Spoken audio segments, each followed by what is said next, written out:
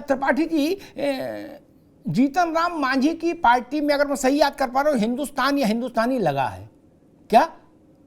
हिंदुस्तान भर का वोट उनको कभी नहीं मिला, उनको बिहार भर का ही नहीं मिला, नैनो टेक्नोलॉजी हो गए। नहीं, ये ठीक है कि आप सबकी जरूरत है वो, लेकिन पार्टी तो बहुत बड़ी नहीं हो पाई। शरद पवार की पार्टी में राष्ट्रवादी पार्टी लिखा है, ठीक, सारे देश के राष्ट्रवादियों ने उनको कभी वोट ही नहीं दिया। नहीं दिया। अभी मान लीजिए मैं एक पार्टी बना लूं और उसका नाम लग लूं अखिल भारतीय सर्व समाज पार्टी, तो फिर मुझे ट्वीट करने के बाद जीत जाना चाहिए चुनाव? नहीं, क्योंकि सर्व समाज आ गया, अखिल भारतीय हो गया, फिर उसके बाद क्या बचा? नहीं, इससे काम नहीं चलेगा। और एक प्रश्न मेरे मन में है, इसको इसका एक पक्ष और रख दूं। नीतीश बाबू ने अपने जीवन काल में बहुत सारी पार्टियों के नाम बदले ना। हाँ, समता जमता सब होता रहा है, तीर लालटेन क्या क्या चलता रहा, लेकिन फिर भी नीतीश कुमार का चेहरा लोगों के दिमाग में था, तो नाम कोई भी होता था वो नीतीश का चेहरा देख के वोट दे देते थे, ये लालू प्रसाद यादव का चेहरा देख के। इस बात से आप सहमत हैं कि नहीं त्रिपाठी जी? सहमत। चेहरा बड़ा महत्वपूर्ण है, भारतीय राजनीति में चेहरा बहुत महत्वपूर्ण है, और चेहरे के साथ उनकी जो पर्सनालिटी है, उस पर्सनालिटी पे कहीं जो आजकल चल रहा है, जो भ्रष्टाचार में और सब में लिप्त है, मैं आपके चैनल के माध्यम से सम्मानित चैनल है, देश में अगर कोई चेहरा है भारतीय राजनीति के लिए, आपने कवर किया है तमाम बार, और मैं कहता हूं कि प्रधानमंत्री से पार्लियामेंट में कहा, देश में 3 ही समाजवादी नेता को मैं चुनूं, डॉक्टर राम मनोहर लोहिया, जॉर्ज फर्नांडिस और नीतीश, और ना तो उनपे परिवारवाद है, ना तो उनके पास कोई आपके भ्रष्टाचार का आरोप। भारतीय राजनीति में 15 वर्षों तक केंद्र में और लगभग 17 वर्षों तक बिहार में। मैं समझ गया, आप ये कह रहे हो कि भैया नीतीश बाबू माथे पर रोली चंदन लगाओ, इनको दूल्हा बनाओ तो बारात सजेगी। मैं समझ गया, ये कह रहे हैं। हाँ, देखिए अमिताभ जी, बारात तब सजेगी जब साफ सुथरा चेहरा होगा। बारात के साथ एक बहुत बड़ा संकट है कि जब भी बाकी क्या करेंगे, मतलब जो लोग सब दूल्हे वाला सेहरा खरीद लिए हैं वो सब क्या करेंगे? अमिताभ जी, एक दौर था कि कहा जाता था Indira is India, India is Indira ji, उस दौर को भी याद करें।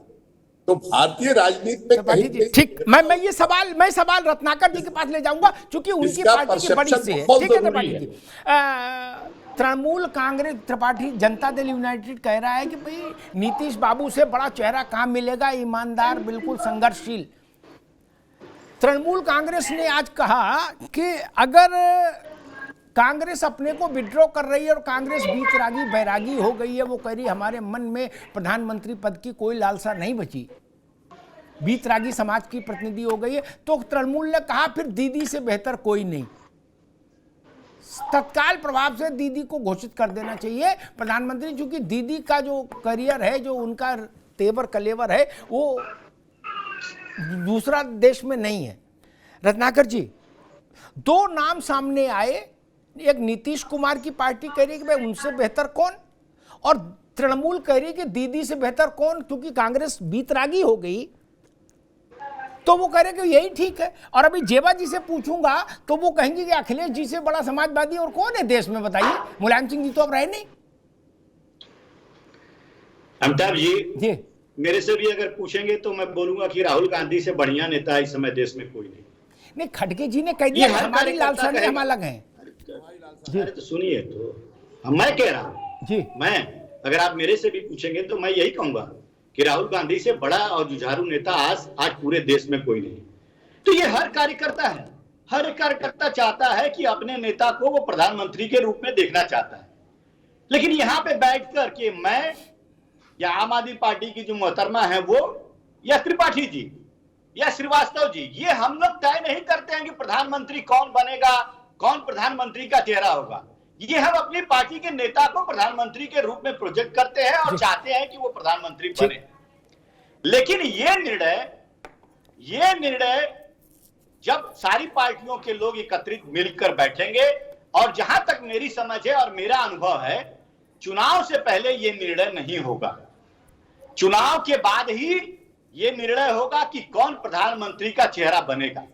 अभी हमारे लिए महत्वपूर्ण ये है कि जनता को, जो इस भारतीय जनता पार्टी जो संविधान को नहीं मानती, लोकतंत्र को नहीं मानती, जनता के हितों पे काम नहीं करती, अडानी और अंबानी सरीखे नेताओं के लिए दिन रात लगी रहती है, आज उस एनडीए को कैसे से सत्ता से बेदखल करना है, हमारे लिए महत्वपूर्ण ये है। महत्वपूर्ण यही है, हमारे लिए महत्वपूर्ण जी हाँ, सबसे महत्वपूर्ण ये कि बेदखल कैसे करना। ठीक बात, मैं हरीश श्रीवास्तव के पास चलता हूँ यही सवाल लेके कि भाई कांग्रेस कह रही है कि आपको बेदखल कैसे करना, लेकिन एक बात तो तब भी खड़ी है, कांग्रेस कहती थी कि हमारे पास इंदिरा गांधी हैं, आपके पास 13 लोग हैं, मेढक तो लोगे तराजू में।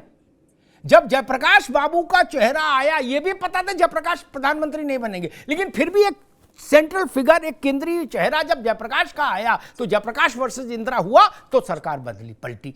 वरना कांग्रेस इसी में दूध मलाई खाती थी दशकों तक। बोले हमारे पास इंदिरा गांधी, तुम्हारे पास कौन है? चरण सिंह की अलग ढपली, फलाने की अलग ढपली है। बोले हमारे पास तो इंदिरा गांधी है, आओ। अब वो रिवर्स हो गया, अब बीजेपी कांग्रेस की स्थिति में आ गई कि हमारे पास मोदी है, तुम्हारे पास कौन? बोले खड़गे हैं, नीतीश हैं, लालू हैं, तेजस्वी हैं, अखिलेश यादव हैं, ममता बनर्जी हैं, फिर 36 नाम गिनाने पड़ रहे।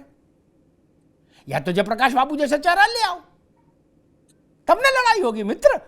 इतिहास से तो देखो, आप ही ने ये थ्योरी सेट की थी कि हमारे पास इंदिरा गांधी, एक शेरनी 100 लंगूर कांग्रेस का नारा था। मैं याद दिला दूं रत्नाकर जी को और जेवा यास्मीन को भी, त्रिपाठी जी को भी नारा लगा था, एक शेरनी 100 लंगूर। क्या मैं 10 सेकंड अभी नहीं, अभी आएंगे श्रीवास्तव जी। वो कह रहे भाई चेहरा एहरा सब हम चुनाव के बाद तय करेंगे, अभी तो सिर्फ चक दे इंडिया है, उससे लड़ना है आपसे।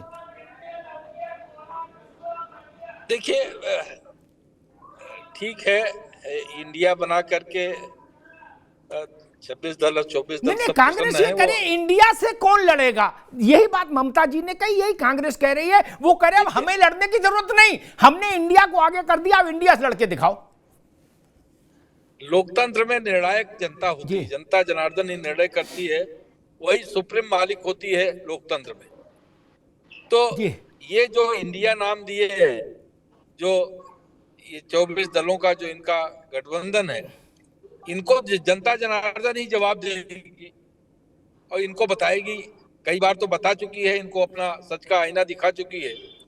और एक बार ये 19 में भी और उसके पहले भी 14 में भी और पुनः जनता जनार्दन के को समर्पित होके आदरणीय मोदी जी ने काम किया है। और भारतीय जनता पार्टी और मोदी जी की जो सरकार की नीतियां हैं, वो अगर उसके केंद्र में देखिए तो इस देश का गरीब, किसान, मजदूर और कमजोर तबका है, उसको केंद्रित होकर के भारतीय जनता पार्टी की सरकारों ने काम किया, माननीय प्रधानमंत्री जी के दिशा निर्देशन में, और डिलीवर करने का काम किया। नहीं, वो कह रहे भाई फिर अगर आपने सब काम अच्छा किया तो फिर आप 38-39 लोगों को खोज की क्यों लाए, वो भी कह रही कांग्रेस। देखिए 48 जो लोग हमारे साथ थे, जो लोग भारतीय जनता पार्टी है, ये लोकतंत्र है, लोकतंत्र में जो लोग आपके नेतृत्व, नीतियों, कार्यक्रमों को स्वीकार करते हैं, लाइक माइंडेड, वो उनको आप साथ लेते हैं, साथ लेके चलते हैं। ठीक, हम भी जो बारात में चलना चाहे उसको मना थोड़ी करेंगे। बोले कपड़ा सिलाओ, आप रत्नाकर आ रहे हैं भाई। जय भाई यास्मीन, एक सवाल मेरे जेहन में खड़ा होता है, चूंकि मैं उतना पढ़ा लिखा आदमी नहीं, इसलिए ऐसे सवाल आ जाते हैं जेहन में। 24 का नतीजा आ गया, मान लो हाइपोथेटिकली बात होगी, अभी तो 24 तक कुछ तो करना ही है, आपको भी हमको भी। क्या 24 का नतीजा आ गया, आप जीत गए, तब तो इंडिया जीत गया, चक दे इंडिया ट्वीट करो और अपनी एक फोटो लगाओ जयहरी की, ठीक। और मान लो परिणाम विपरीत हुआ तो क्या ये लिखा जाएगा इंडिया हार गया?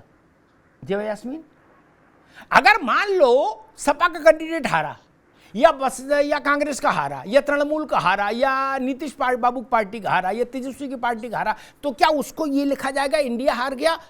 सासाराम में इंडिया हारा, मुजफ्फरपुर में इंडिया जीता, ऐसा लिखा जाएगा? इटावा में इंडिया हारा, गुरसाईगंज में इंडिया जीता? अमिताभ जी, हमारे गठबंधन का नाम इंडिया है। अगर एक सीट पे हार जाएंगे तो देश नहीं हारेगा ना वही, अगर मान लीजिए देश का भी परिणाम आएगा ना जेवा, एक मिनट, देश का भी परिणाम एक आएगा, ठीक, एक पक्ष हारेगा ये दूसरा जीतेगा, ठीक है, आपका पक्ष जीत गया तो भारत जीत गया। मैं कह रहा हूं 1% मान ले चलो आपका पक्ष नहीं जीता तो क्या उसको ये घोषित कर देंगे भारत इंडिया हार गया? देखिए, जब गठबंधन का नाम इंडिया है तो मेंशन वही किया जाएगा, लेकिन यहाँ बात हो रही है कि देखिए इंडिया जीत गया, इंडिया आप चुनाव नहीं जीते अपने कर्मों से और बताओगे भारत हार गया। देखिए, दो अलायंस की लड़ाई है, एक का नाम है इंडिया और एक का नाम है एनडीए। तो ये दो अलायंस है जिसकी लड़ाई है और जो हारेगा उसका अलायंस मेंशन होगा। अभी मैं हरीश जी की बात सुन रही थी, हरीश जी लोकतंत्र पे कुछ बात कर रहे थे। देखिए, लोकतंत्र पार्टी के अंदर भी होना चाहिए ना, जैसे 38 पार्टी का आप दावा कर रहे हैं, क्या एनडीए ज्वाइन करके कोई, मान लीजिए मेरी कोई पार्टी हो एनडीए में चले जाए, तो क्या जबान या मेरी हिम्मत होगी कहने की कि क्या हमारी पार्टी से कोई प्रधानमंत्री का चेहरा होना चाहिए? यहाँ तो हम और रत्नाकर जी और ये जेडीयू के प्रवक्ता कम से कम बात तो कर रहे हैं कि हमारे नेता को, वहां तो एक ऐसा चेहरा है कि कोई हिम्मत भी नहीं कर सकता कि भाई दूसरे को कंसीडर भी किया जाए। तो लोकतंत्र इंडिया में है कि हम एक पैनल बना के डिसाइड करेंगे कि कौन चेहरा होगा, एक ऐसा चेहरा नहीं। और जहां तक हरीश जी कह रहे हैं चेहरे पे हम जीतते आए हैं, तो चेहरा अच्छा भी हो सकता है, लेकिन जिस दिन चेहरे के नेगेटिव परिणाम आएंगे वो भी फिर एनडीए को ही झेलना पड़ेगा। ठीक है, मैं त्रिपाठी जी के पास चलता हूं, लेकिन एक बात जेबा जी ने जो कही उस पर मैं कहूंगा, जेबा ऐसा ही होता है, थोड़ा सा पीछे जाओगे तो ये भ्रम दूर हो जाएगा। 10 वर्ष कांग्रेस ने गठबंधन की सरकार चलाई under the letter head of UPA, ठीक, हालांकि गठबंधन के नाम का ये लेटर हेड ही होता, बाकी उसके बाद कुछ होता नहीं गठबंधन के नाम में, एक मोहर होती, एक लेटर हेड होता बस। लेकिन प्रधानमंत्री कौन होगा ये सोनिया जी तय करती थी क्या? ये शरद पवार दोनों तय कर सकते थे ना, सपा बसपा दोनों ने सपोर्ट दिया 10 साल चिट्ठी लिख के, लेकिन इनसे ये थोड़े पूछा गया प्रधानमंत्री कौन बनेगा। अमर सिंह को सुरजीत लेके गए, अमर सिंह की तो एंट्री नहीं दी थी अंदर कांग्रेस ने रात्रि भोज में, क्या समर्थन था तब भी? आप समझ रहे हैं ना जेबा जी, वहां भी किसी को दूसरे को नहीं पूछा गया, ना बोलने की आजादी थी। मिसेस गांधी ने तय किया कि मनमोहन सिंह रहेंगे, बात खत्म हो गई। वहां भी तो 14, 15, 16 दल थे ना, तरीका यही है, इसलिए इसमें बहुत रार करने की जरूरत नहीं है, ऐसा हो चुका है देश में। त्रिपाठी जी गलत तो नहीं बोले? नहीं, इंदिरा जी बार बार निकलता, सोनिया जी ने तय किया था मनमोहन सिंह का नाम, उससे पहले किसी से विचार नहीं हुआ, किसी से विमर्श नहीं हुआ, कोई प्रधानमंत्री का कोई कैंडिडेट घोषित नहीं, कोई चेहरा घोषित नहीं था 2004 में और 2009 ना ही कोई चेहरा घोषित था है और ना ही मनमोहन जी का नाम एक्सपेक्टेड था। जब दल जीता है उसके बाद मैं क्या कह रहा हूं, आपने कहा ना हमारे यहाँ लोकतंत्र है, लोकतंत्र कहीं नहीं है जेबा ना, लोकतंत्र कहीं नहीं। जब अखिलेश यादव का नाम का फैसला हुआ सेफई में तो 4 लोग बैठे थे, 4 लोग बैठे थे ना। अमिताभ जी, कोई पार्टी की बैठक थोड़ी बुलाई जाती इनमें, सबको साथ वही याद आ गई। त्रिपाठी जी गलत कह रहा हूं? अमिताभ जी, मैं अमिताभ जी एक बताना चाह रहा हूं, मुझे याद आ गया, माननीय जॉर्ज फर्नांडिस राजग के सहयोगी, और जब सवाल पैदा हुआ कि देश का प्रधानमंत्री कौन हो क्या हो, तो जिसकी पार्टी, चूंकि जार साहब ने रखा था उसमें अब राजग की मीटिंग में, नहीं जिसकी सबसे बड़ा दल है उसको तय करना है, जो सबसे बड़े दल का होगा उसको तय करना होगा प्रधानमंत्री का चेहरा कौन जी।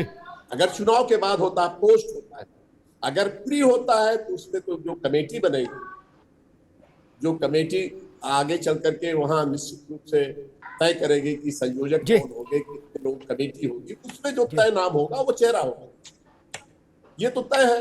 लेकिन एक चीज और अमिताभ जी हिस्ट्री से आपको एक लेना चाहिए, मुझे बहुत पहले याद है कि गैर कांग्रेसवाद का नारा 1964 उसमें डॉक्टर लोहिया और आपके भारतीय जनता पार्टी के 2 नेताओं ने मिलकर उसको बनाया था और लगभग 9 राज्यों में हमने सत्ता की।